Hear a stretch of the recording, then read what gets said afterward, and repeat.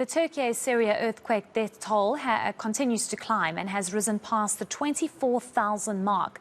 South African volunteers are on the ground as rescue search for survivors buried under the rubble.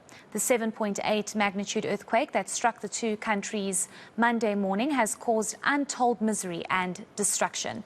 eNCA senior reporter Desin Thathia is in Turkey for us with the gift of the givers. Desin, I'm sure the situation remains rather volatile given the death toll has now increased to over 24,000. Tell us how rescue operations are going.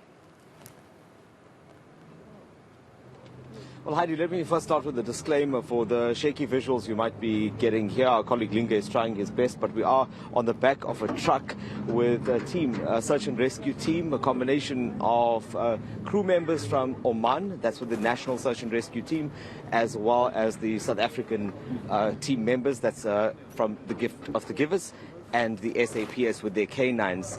What we've been getting for the last while is a sense of exactly how bad the situation is. I think you should be seeing that too, because we've been driving through this part of eNCA, heading past destruction that looked like this. There are several, if not, I think the majority of buildings that we've passed are badly damaged, tilting dangerously like the rubble everywhere. There are machines that are trying to move some of that rubble. Search and rescue teams are also trying to assist. But there are some parts of this town, or this part of the town that we're in, that hasn't been reached yet.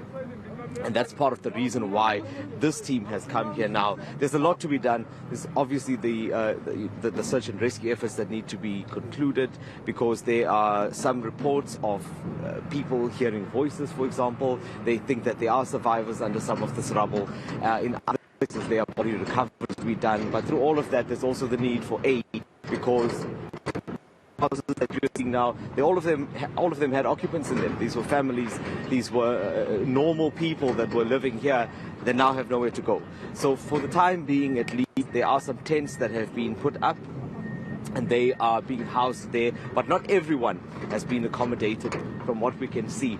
I want to bring in a gentleman who's with the National Search and Rescue Team from Oman, Mr.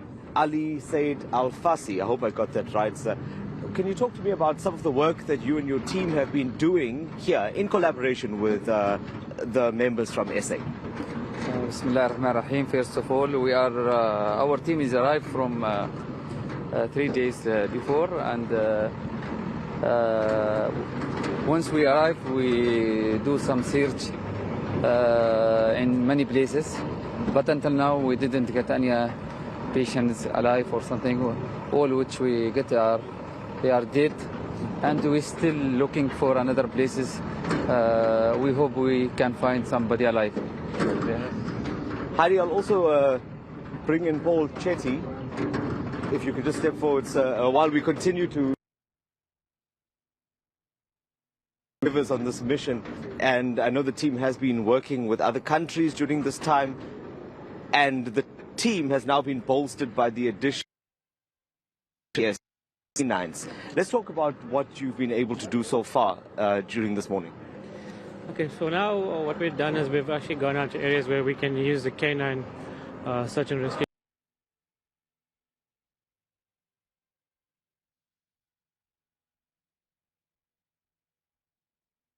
Use the SAPS dogs to we can find any survivors or people that's under the rubble at this stage.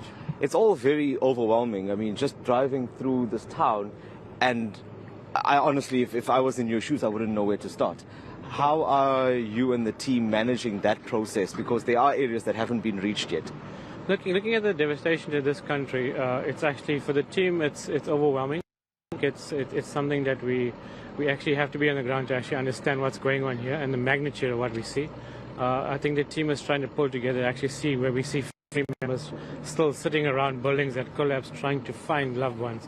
And we obviously trying to actually comfort them and actually give them some closure in some way. So the team is actually strong. They're actually trying to work together and work with the Oman services as well, the rescue team. And hopefully we can actually give some closure to some families soon. I want to ask you that the chances of finding survivors, is that still strong, or are we at a point now where it's becoming increasingly difficult to find them?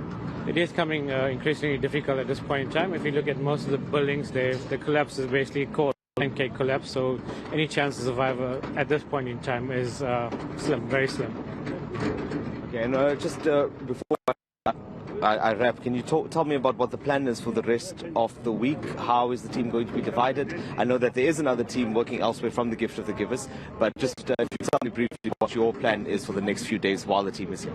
Okay, so currently what we've done, we've actually strategized and actually split into three teams at the moment.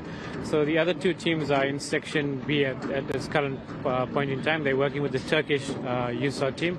So we've joined the Oman USAR national team. So we're just trying to see with the canine dogs that we have access to from South Africa, as just assisting the certain teams with more positive, locations on people that may be alive or people that can locate in buildings.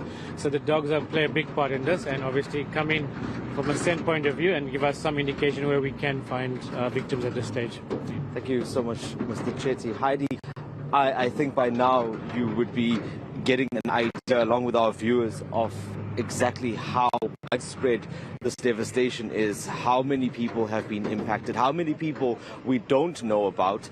The death toll, many say, is going to increase. Then there's still the number of people that are displaced. We are showing you one town. Remember that this has affected 10 provinces here, and we're talking about millions of people that have been impacted in some way or form. If you look at this town, one wouldn't even know where they would start. How do you rebuild? How do you get people's livelihoods back? Where do the children go? These are some very important questions that would obviously start becoming more apparent after the initial phase of trying desperately to find those that are still alive. And that's the point that we're at now. As you heard Mr. Chetty there from Gift of the Givers saying, even that is a race against time at this point. Dessen, these visuals are unbelievable. Every time the truck keeps moving, I think it's going to get a little bit better, but it just keeps getting worse and worse. And maybe just one last question to you. You can obviously see that people are in desperate need of aid and basic essentials, probably water and food, and basically just to keep alive, because they've lost absolutely everything. I'm sure that is also a challenge, because you have one aspect of rescue operations trying to possibly find survivors, but also people in desperate need of aid and just something to eat and drink and sleep at night, because that's all been decimated.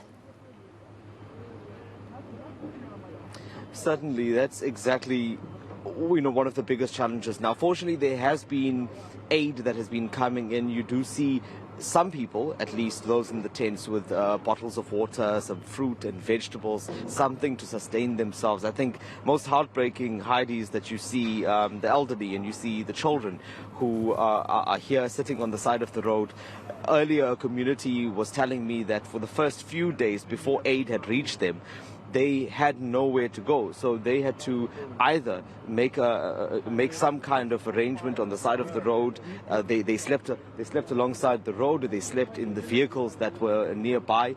So they had to somehow fend for themselves during that period, and it was after that these tents were put up. But at this point, I can't say with any certainty, Heidi, that every single person that needs help around here has received it. There's a sense from those that we spoke to, they felt that the internal aid, the response from the government, was a bit slow.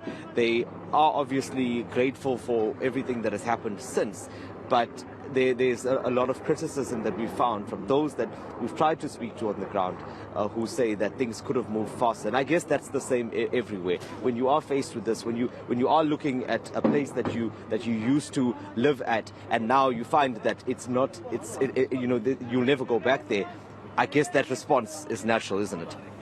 Yeah, I mean, these are heartbreaking scenes coming to us from Turkey. Thank you so much for giving us that report. That is our reporter, Desin Thathia, out with our colleague and cameraman, Linga Ndabambi, out in Turkey, just bringing us the latest from those earthquakes. It's absolutely devastating. You look at those images and you think, how did that even happen?